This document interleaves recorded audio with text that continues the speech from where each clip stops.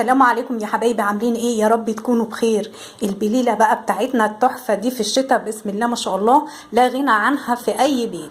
كلنا بنحب نشربها، المشروب الراعي الرسمي في الشتاء، وبعدين كمان مفيده جدا. الاولاد بتذاكر دلوقتي ومحتاجين طاقه، وكمان شوفي فوائد القمح تحفه جدا، وخصوصا كمان للاطفال بس بعد عمر سنه، مش اقل من سنه.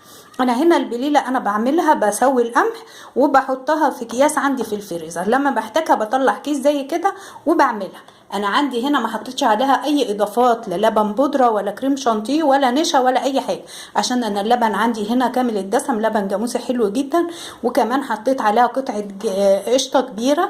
كمان القشطه انا بحطها بحط القشطه في التلاجة، باخد وش اللبن، ما بقولكيش اشتري قشطه ولا حاجه، انا بقولك حطي القشطه في التلاجة بتاعت وش اللبن، بتطلع معاكي بتطلعيها كل ما تحتاجيها، وبتبقى بالجمال والروعه ده.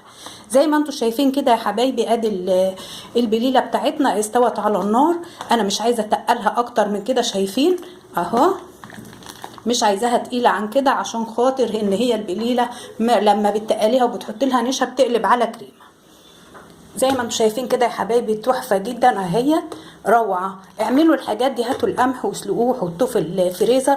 طريقه البليله والعاشوره والحاجات دي كلها انا عاملاها معاكم على القناه، ادخلوا وشوفوها ان شاء الله هتعجبكم. عملت لكم العاشوره في الفرن في الطواجن، كانت تحفه جدا بسم الله ما شاء الله. زي ما انتم شايفين كده يا حبايبي، شايفين روعه.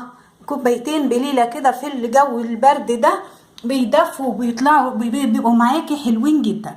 زي ما انتم شايفين بتزينيها باي حاجه عندك، شويه مكسرات، شويه فول سوداني، اي حاجه. بصراحه هي مش بتبقى محتاجه، هي في العاده بتتقدم عادي كده، مش بتتقدم معاها حاجات تانية.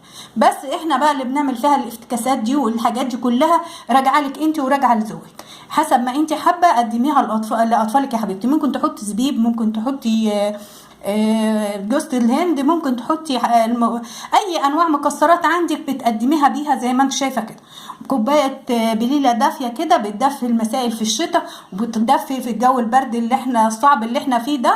يا رب يا حبايبي لو عجبكم الفيديو ما تنسوش تعملوا لي لايك وشير، واللي ما اشتركش في القناه يشترك وفعل زر الجرس عشان يوصلوا كل جديد من ام احمد. والسلام عليكم، باي باي.